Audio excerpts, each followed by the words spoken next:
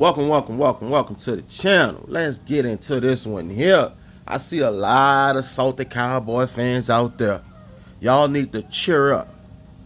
Y'all need to cheer up and give the Green Bay Packers and Micah Parsons their respect. It's just simple as this here. Green Bay fleeced the Cowboys.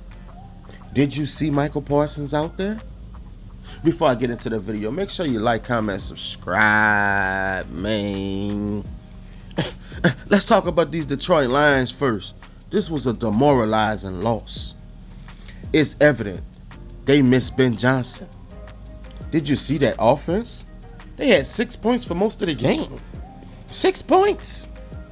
That's ridiculous. We're talking about the Detroit Lions.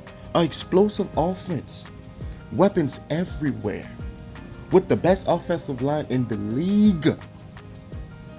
They got dominated from start to finish. See, this is no surprise for me.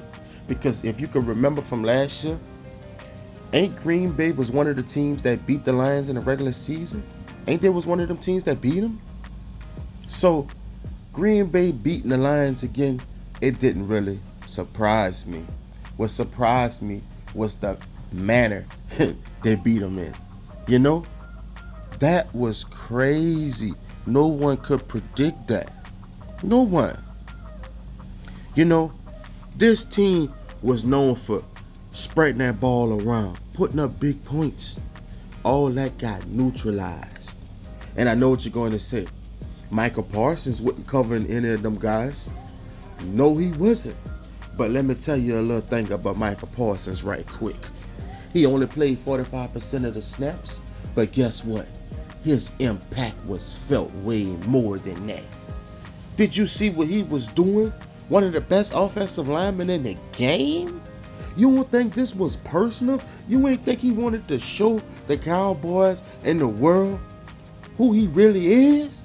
You ain't think he wanted to, every time he take that field, go out there with a little more effort? Man, he did that. His impact was felt. He made everyone around him better. This defense looks scary, folks. Hell, this team looks scary. But what Green Bay Packers did in the offseason was this here. We already knew they had a great defense. They could stop the run well. They can tackle well. They just couldn't really get any pass rush. They had Gary up in there, the only guy that could go in there and get a sack. Now with Micah Parsons in there, that frees Gary up. He had a sack and a half. You got Wyatt had a sack. Parsons had a sack.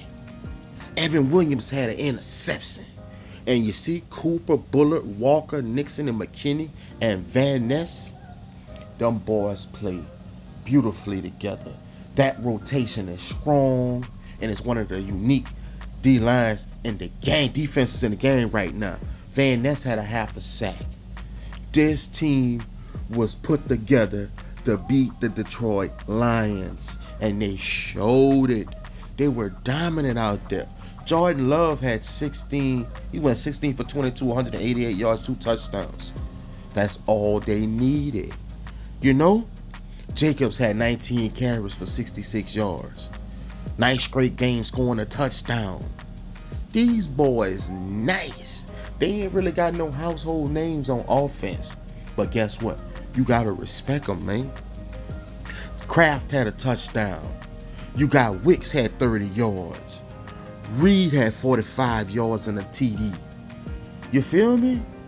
Them boys was nice. And oh boy, man, RD, forgot his name. That dude had 2 catches for 68 yards. He was balling out there too, man. As a team, they had 266 total yards, 78 rushing, 5.7 yards a play, 14 first downs. Time of possession, 24 minutes and 35 seconds. 188 passing, 78 rushing, man. They balled out. You feel me? They got a fire system that they run across there, and it's all working. The head coach, that dude can call some plays, man. He's been one of the best play callers in the game for at least 3 years now. It's his time. It's his time in the NFC, folks. I'm curious to see how they look against the Commanders on that Thursday night game, because they came out and they bullied the Detroit Lions. You feel me? Josh Goff threw the ball 39 times. He went 31 for 39, 225 yards, 1 touchdown, 1 interception. Montgomery, 25 yards rushing. Josh Gibbs, where was he? He was nowhere to be found. Man, I think dude had 10 carries for 31 yards. Huh? That's crazy. He only had 19 yards receiving, if I'm not mistaken. Sam Laporta had 6 catches for 79 yards. St. Brown had 4 catches for 45 yards. Man, that's crazy. Them boys were shut down. And what's crazy is they ran 65 plays to the Packers 47. They had 4 sacks themselves, but it just wasn't enough because they only had 46 yards rushing as a team. They shut that run game down, and they only allowed 200-yard passing. That's pretty good to say a guy threw a ball 39 times and only had 200 yards passing. It was forcing Josh Goff to check the ball down every time. You ain't getting no yards if you just checking that thing down, man. I seen one point in the game, Jared Goff was like, he had went like 6 for 8, only 30 yards. They gonna give that to you any day, man. You gotta put up yards and numbers when you play the Packers, man. Because if you don't, this gonna be the result. The Packers look real good. When you look at Micah Parsons not even 100% yet. Just wait till that boy get healthy. This defense is going to be unstoppable, folks. Because the defense know we were good already. Now we got one of the best pass rushers in the game. Man, we ain't got no choice but to be great. You feel me? They know that. They came out there with a certain swag. A certain swag that I haven't seen out of the Packers in a minute. You know, they got my attention. And as of right now, they has the rest of the NFL's attention and the world. They are here. You gonna have to go into Lambeau and beat them. Man, did you see that crowd? Did you feel the atmosphere? Man, it felt like they was in a Super Bowl or something. They gonna be a tough out for anyone, folks. One more thing before I go. What's up with the Detroit Lions secondary?